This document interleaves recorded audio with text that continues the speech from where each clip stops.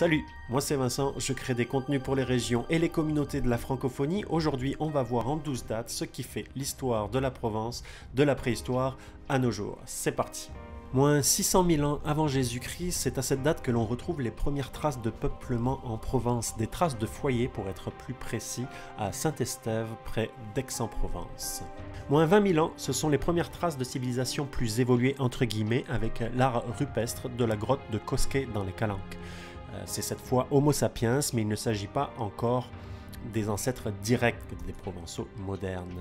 Moins 600 avant Jésus-Christ, des marins grecs ont accosté venant de la cité de Phocée en Turquie actuelle. Ils fondèrent la ville de Massalia à l'emplacement du vieux port de Marseille. On peut en voir encore quelques ruines au jardin des vestiges, des ruines excavées en 1967 seulement.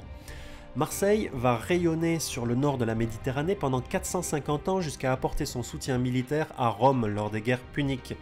Elle fera le trait d'union commercial entre les tribus ligures et celtes l'environnant et le reste des puissantes cités méditerranéennes. En moins 125, après plusieurs siècles de collaboration entre Rome et Marseille, la pression des tribus ligures environnant les colonies grecques d'Antibes et Nice pousse les Marseillais à demander l'aide de Rome. Mais plus qu'une intervention, les Romains vont pacifier la région et littéralement s'installer en Provence, créant la province narbonnaise ou Provincia Romana, la province romaine. Le nom de la province est né et la Provence en tant que telle est née aussi. Chose que je n'avais pas retenue ou remarquée lors de mes premières recherches sur l'histoire de la Provence, la belle province, si on peut l'appeler ainsi, fut pendant près de 500 ans liée à l'histoire burgonde et bourguignonne, soit à partir de la chute de l'Empire romain, lors de la fondation du royaume burgonde en 411.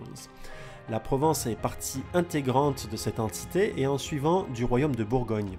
La Provence va même former à partir de 855 le royaume de Provence, aussi appelé de Basse-Bourgogne. 855, c'est la fondation du comté de Provence, un temps partie du royaume de Provence. Ce comté va exister pendant 900 ans. Il aura des frontières relativement changeantes qui le feront s'étendre d'est en ouest de Nice au Gard et à l'Ardèche et du nord au sud de Valence à Toulon.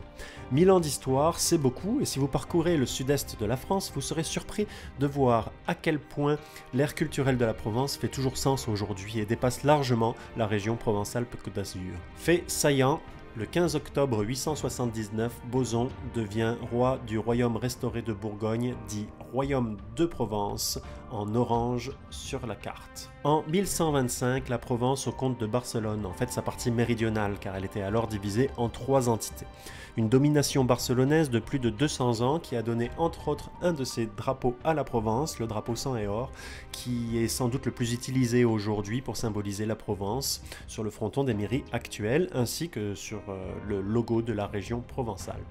Abonnement, si vous avez appris quelque chose depuis le début de la vidéo et que vous aimez ma présentation, je prendrai quelques instants pour vous inviter à vous abonner, donner un petit like et cliquer sur la petite cloche. Ça m'aide beaucoup dans mon projet de création de contenu sur les régions et les communautés de la francophonie. Merci d'avance. De 1309 à 1376, c'est une période pendant laquelle 7 papes consécutifs ont résidé à Avignon, alors partie du royaume d'Arles, lui-même part du Saint-Empire romain. Si vous vous demandez pourquoi j'ai ajouté un N, c'est parce qu'en provençal, on dit Anavignon. 1434-1480, c'est le règne du bon roi René, personnage important de l'histoire de Provence. Le bon roi René, ou René d'Anjou, roi de Naples et comte de Provence et de Forcalquier, tient une place majeure dans l'imaginaire et les écrits de Frédéric Mistral. Il est aussi le dernier dirigeant provençal indépendant du royaume de France. Il est reconnu pour sa bonne gestion, son mécénat, son amour des arts et bien sûr la prospérité qu'il a apportée à Avignon, Aix, Tarascon et plus largement à toute la Provence. Sans héritier, à sa mort, la Provence devient française. 1789, période sombre pour la Provence et les régions de la France, en proie à la centralisation jacobine et la crise économique due à la Révolution.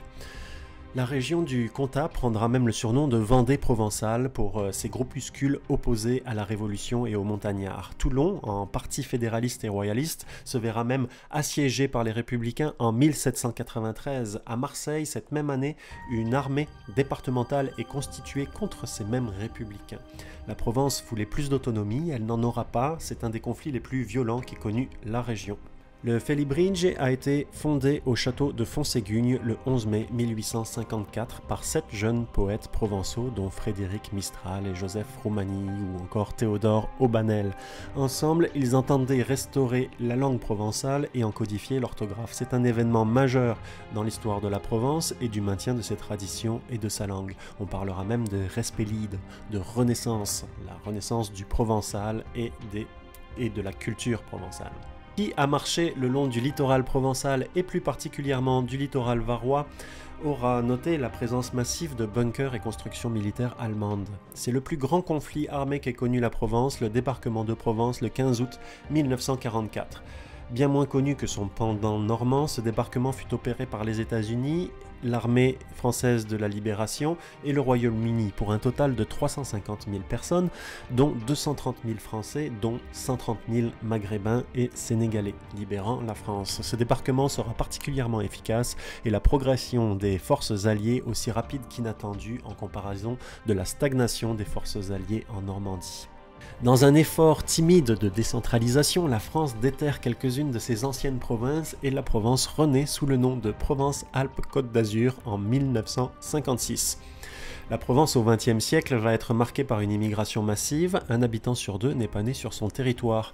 La composition des Provençaux d'aujourd'hui est principalement, dans sa partie méridionale, est particulièrement méditerranéenne. Corse, maghrébins, italiens, pieds noirs, juifs, gitans.